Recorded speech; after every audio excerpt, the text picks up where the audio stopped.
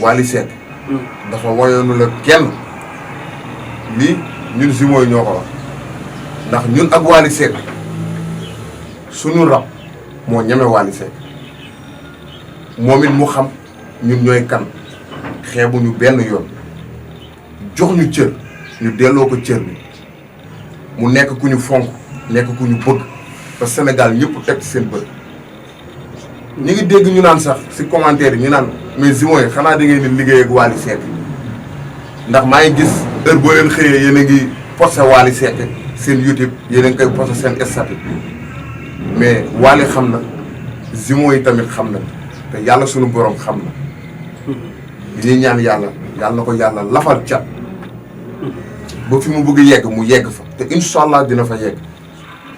mais seen rapport ak Wally lan la da leen jox xaalis bu bëri pour ngeen campagne ko wala lan la. suñu diggante ñun ak Wally kenn la muy Cheikh Ahmadou Bamba Khadim Rassoul moo nekk suñu diggante ñun ak moom ñu bokk benn vision bokk benn yoon loolu kase la.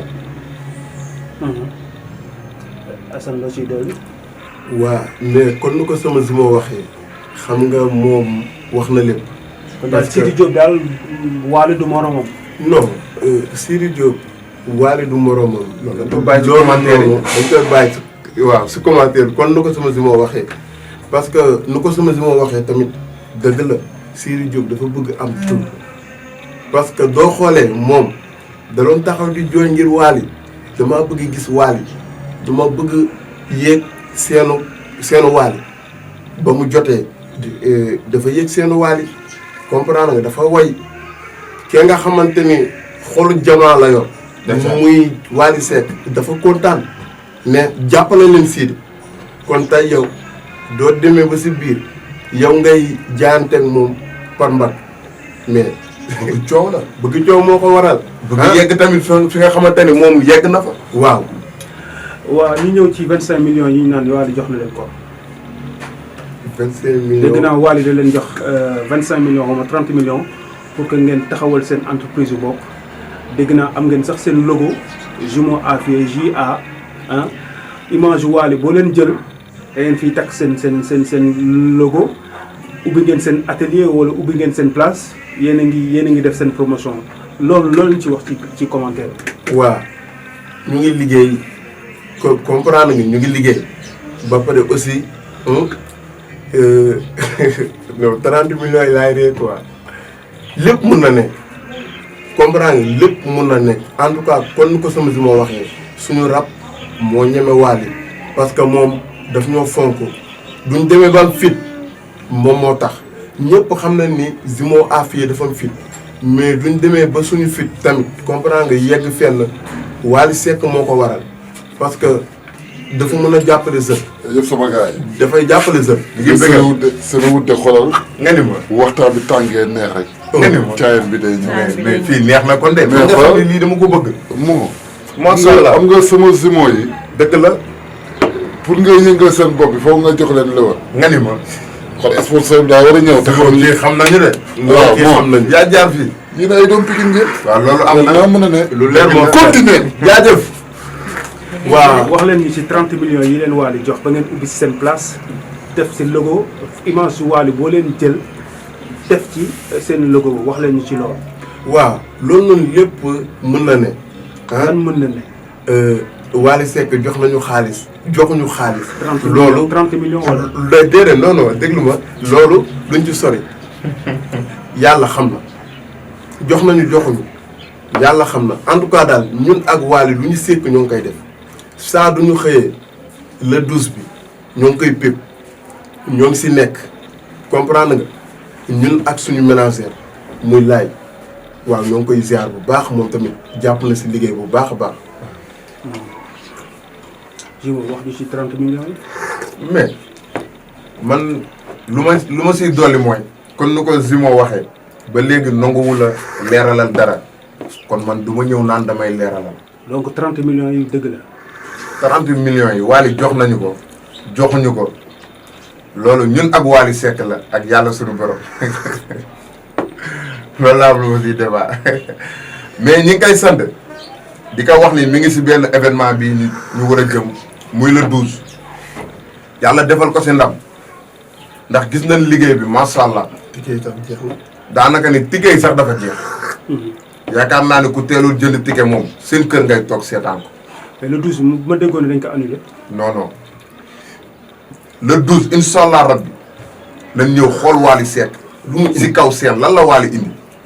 mais gis ngeen ne Wally war naa tëgg war naa fecc war naa woy jamono ji nga xam ne bàyyam génn na àddina fan yi néew matagul sax 2 mois 3 mois lan ngeen jàngatee la lool. mais yàlla suñu borom. Zimo ko ñaan may ma tontu lii. non Zimo lu ma siy dolli mooy yàlla suñu borom. dee la njëkk a bind. door a bind dund.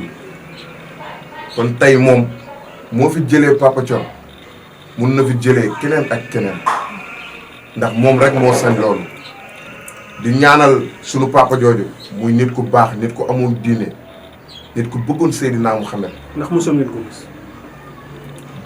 benn yoon dañ ko mos a gis te dañ koo séen ndeysaan dañ koo séen rek mais jëmmam ju yiw jë macha allah yal na ko yàlla yërëm te xaree ko àjjana firdaws.